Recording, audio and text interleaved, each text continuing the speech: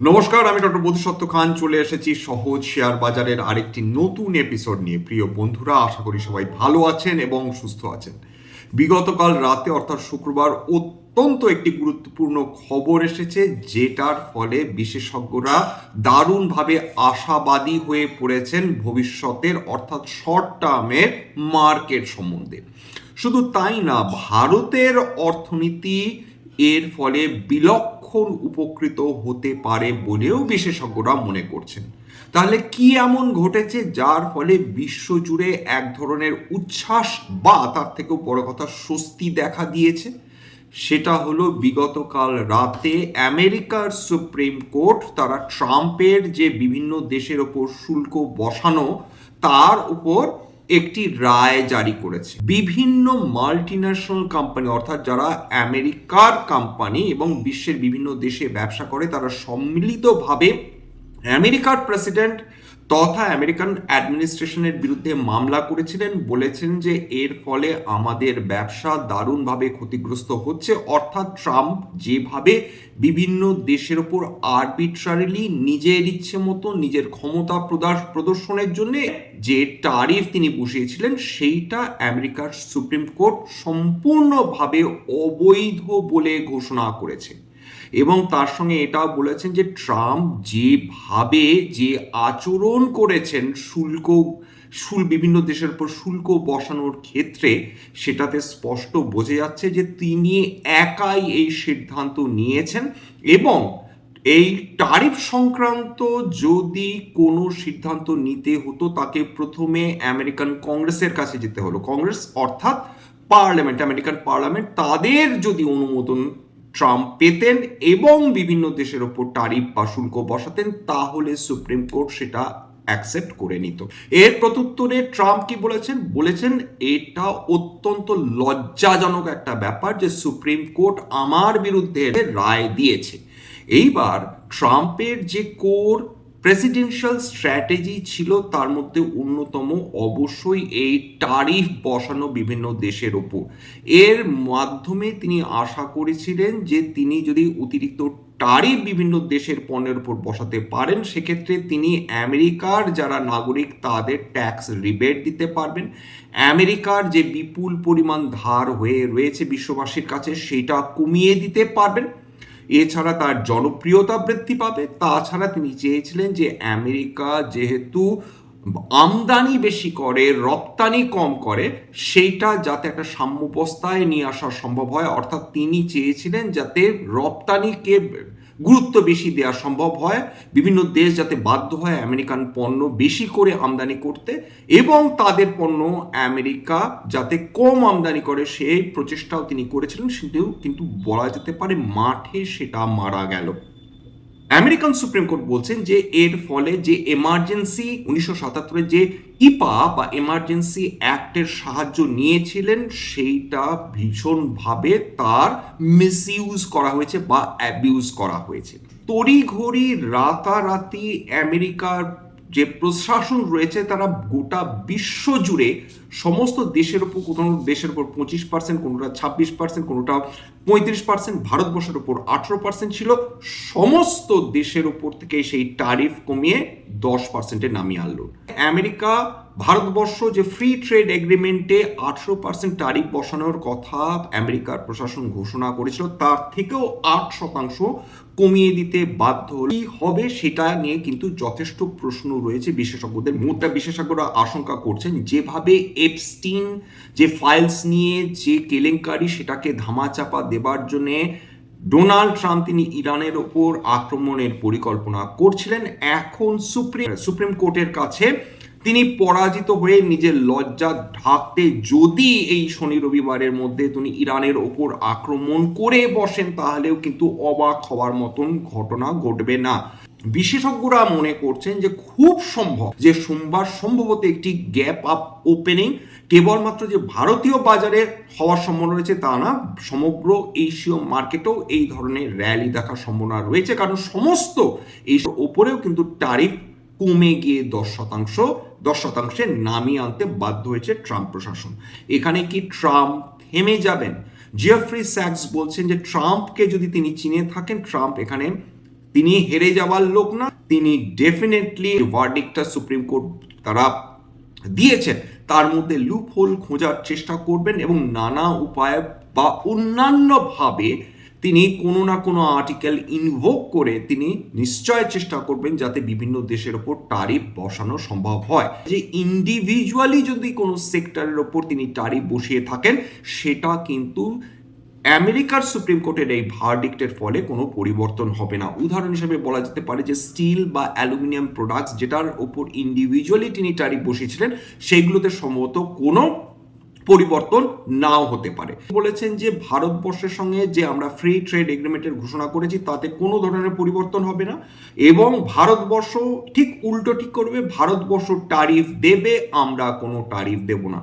হেরে যাওয়া মানুষ এখন নিজেকে ডিফেন্ড করার জন্য নানাভাবে নিজেকে জাস্টিফাই করার চেষ্টা করবেন। এর মধ্যে এইটা একটি আরেকটি নতুন স্টেটমেন্ট এবং খুব ভারতবর্ষের খুব মেজার্ড অ্যাপ্রোচ ছিল। ভারতীয় প্রশাসন বলেছেন যে আগে আমরা সুপ্রিম কোর্টের রায়টা পড়ি, অর্থাৎ আমেরিকান সুপ্রিম কোর্টের রায়, তারপর আমরা ভাববো। ট্যারিফটা কমিয়ে দেওয়া হলো, এর ফলে সুবিধা কি হবে? সুবিধা ডেফিনেটলি পাবে মেক্সিকো, কানাডা, চীনের মতন দেশগুলো। আমেরিকান বিশেষজ্ঞরা তারা বলছেন যে দেখুন এই যে ট্যারিফের ওপর ট্যারিফকে যে অবৈধ বললেন সুপ্রিম কোর্ট, এর ফলে যে অ্যাভারেজ ট্যারিফ গোটা বিশ্ব জুড়ে আমেরিকা বসিয়েছিল 16.8% কাছাকাছি, সেটা প্রায় 9.5% কাছাকাছি নেমে যেতে পারে, যেটা অত্যন্ত স্বাভাবিক। এই পরিমাণ ট্যাক্স থাকলে ভারতবর্ষের ডেফিনেটলি গায়ে কোনো আঁচ আসবে না। ভারতবর্ষের যে এক্সপোর্টমুখী সেক্টরগুলো ছিল যারা বিশেষত আমেরিকাতে এক্সপোর্ট করছিল এবং ট্রাম্পের 50% ট্যারিফের ফলে দারুণভাবে ক্ষতিগ্রস্ত হয়েছিল, তাদের কি ফিরে আসার সম্ভাবনা রয়েছে? বিশেষজ্ঞরা বলছেন দারুণ সম্ভাবনা রয়েছে। এবং কারা সবচেয়ে বেশি ঘা খেয়েছিল? Indian textiles. ভারতের ফার্মা কোম্পানির ওপর যদিও অতিরিক্ত ট্যারিফ বসানো হয়নি বটে, কিন্তু ট্রাম্প বারবারই ঘোষণা করছিলেন যে আমেরিকান ফার্মা কোম্পানিগুলোকে সুবিধা দেওয়ার জন্য তিনি ভারতের ফার্মা কোম্পানিগুলোর উপর যে কোনো দিন ট্যারিফ বসাতে পারেন। সেই সম্ভাবনা দারুণভাবে যে কমে গেল সেটা বলার অপেক্ষা রাখে না। এছাড়া ইলেকট্রনিক্স এবং ইলেকট্রিক্যাল গুড, তাছাড়া জেমস অ্যান্ড জুয়েলারি, এই সেক্টরটা, অটো অ্যান্সিলিয়ারিজ, বিপুল পরিমাণ আমরা অটো অ্যান্সিলিয়ারিজ এক্সপোর্ট করে থাকি আমেরিকাতে, সেইগুলো যে ডেফিনেটলি উপকৃত হবে সে ব্যাপারে কোনো সন্দেহ নেই। 1 নম্বর টেক্সটাইলস এবং অ্যাপারেলস। খুব স্বাভাবিকভাবে এর আগে বহুবার আলোচনা করেছি যে কোন কোম্পানিজগুলো তারা আমেরিকাতে সবচেয়ে বেশি পরিমাণে টেক্সটাইলস এবং অ্যাপারেলস তারা এক্সপোর্ট করতো। যারা করতো তার মধ্যে ডেফিনেটলি রয়েছে রেমন্ডস, রয়েছে গোকুল দাস এক্সপোর্টস, রয়েছে কেপিআর মিলস, রয়েছে অরবিন্দ রয়েছে। এই কোম্পানিজগুলো নিঃসন্দেহে ক্ষতিগ্রস্ত হয়েছিল। ফ্রি ট্রেড এগ্রিমেন্ট ঘোষণা হওয়ার পর তারা কিছুটা র্যালি করেছিল, যদিও মাঝখানে আইটি সেক্টরের ধাক্কা খাওয়ার পর থেকে এআইয়ের ভিত্তির ফলে সমস্ত সেক্টরেই পতন হয়েছে, তার সঙ্গে স্বাভাবিকভাবে টেক্সটাইল এবং অ্যাপল সেক্টরেও পতন হয়েছিল। কিন্তু এটা নতুনভাবে পুনর্জীবিত হতে পারে যদি দেখা যায় যে এই যুদ্ধ যে খেলাটা চলছে সেটা আপাতত যদি স্থগিত হয়। তো 2 নম্বর জেমস অ্যান্ড জুয়েলারি, কারা খুব স্বাভাবিকভাবে এক্সপোর্ট করে থাকে? কল্যাণ জুয়েলার্স, রাজেশ এক্সপোর্টস, বৈভব গ্লোবাল, এরা ডেফিনেটলি ক্ষতিগ্রস্ত হয়েছিল, তাদের উপকৃত হওয়ার সম্ভাবনা রয়েছে। এছাড়া অটো কম্পোনেন্টস এবং ইঞ্জিনিয়ারিং যারা এক্সপোর্টার্স রয়েছে তাদের মধ্যে রয়েছে অলরেডি তাদের হিউজ প্রেজেন্স রয়েছে আমেরিকাতে, তার মধ্যে ভারত ফর্জ রয়েছে, সোনা বিএলডব্লিউ রয়েছে, মাদারসন সুমি রয়েছে, সুন্দরম ফাস্টনার্স প্রভৃতি কোম্পানি। কেমিক্যাল এবং স্পেশালিটি এক্সপোর্টার্স, সিগনিফিক্যান্ট পরিমাণ এই যে স্পেশালিটি কেমিক্যাল সেটা এক্সপোর্ট করা হয় আমেরিকাতে ভারতবর্ষ থেকে। এর মধ্যে যে কোম্পানিগুলো বিশেষভাবে এক্সপোর্টের সঙ্গে যুক্ত তার মধ্যে এসআরএফ রয়েছে, নোবেন ফ্লোরিন, পিআই ইন্ডাস্ট্রিজ প্রভৃতি। এছাড়া ইলেকট্রনিক্স, ইএমএস এক্সপোর্টার্স যারা, এই ট্যারিফ রিলিফের ফলে এদের একটা এক্সেলারেশন ফেজে ঢোকার সম্ভাবনা রয়েছে বলে বিশেষজ্ঞরা মনে করছেন। কারা আমেরিকাতে এক্সপোর্ট করে থাকে? তার মধ্যে ডিকসন টেকনোলজিস রয়েছে, কেনস টেকনোলজিস রয়েছে, সিরমা এসজিএস রয়েছে, নেটওয়েব টেকনোলজিস রয়েছে। তাছাড়া ফার্মার ক্ষেত্রে যদি খেয়াল করে দেখেন, এটা সেন্টিমেন্ট যদিও ডিরেক্টলি কোনোভাবে ক্ষতিগ্রস্ত বা উপকৃত হয়নি আলাদাভাবে, কিন্তু এটা একটা সেন্টিমেন্ট বুস্টার হিসেবে কাজ করতে পারছে। সার্বিকভাবে যদি চিত্রটা দেখেন অনেক কিছু ঘটে গেল এর মধ্যে। এক যে তীব্র ট্রেড ওয়ারের ভীতি চলছিল বহু মাস ধরে ট্রাম্পের কারণে, সেটা সাংঘাতিকভাবে কমে গেল এবং এর ফলে ইকুইটি মার্কেট খুব স্বাভাবিকভাবে তার একটা স্বস্তি একটা জায়গায় পৌঁছে গেল এবং ভীষণ একটা বড় এনকারেজমেন্ট তারা পেল, একটা উৎসাহ তারা পেল বলা যেতে পারে। এইবার এই যে কোর্ট তারা ট্যারিফ ক্যান্সেল করলো, তার মানে এরকম নয় কিন্তু যে আমেরিকা কোনো ধরনের ট্যারিফই বসাবে না, সেটা তো সম্ভব না। মানে বিনা শুল্কে কোনো কোনো দেশ তারা যদি কোনো বিদেশি যদি পণ্য বাজারে ঢুকতে দেখো, স্বাভাবিকভাবে আমাদের যে সেক্টরসগুলো রয়েছে তারা মার খাবে, আমেরিকার ক্ষেত্রেও তাই সত্যি। সুতরাং তারা ন্যূনতম একটা ট্যারিফ ডেফিনেটলি রাখবে, সেইটা কিন্তু খুব স্বাভাবিক। সেটা আমাদের এক্সপোর্টকে মারাত্মকভাবে ক্ষতিগ্রস্ত করার মতন হবে না, অন্তত এইটুকুনি আশা করা যেতে পারে। তারপর কিন্তু সমস্যা, যেহেতু ট্রাম্পের মতন লোক প্রশাসনের মাথায় বসে রয়েছেন, তিনি কখন যে কি করবেন, কখন যে কি ডিক্লেয়ার করবেন, সেটা বলা খুব ডিফিকাল্ট।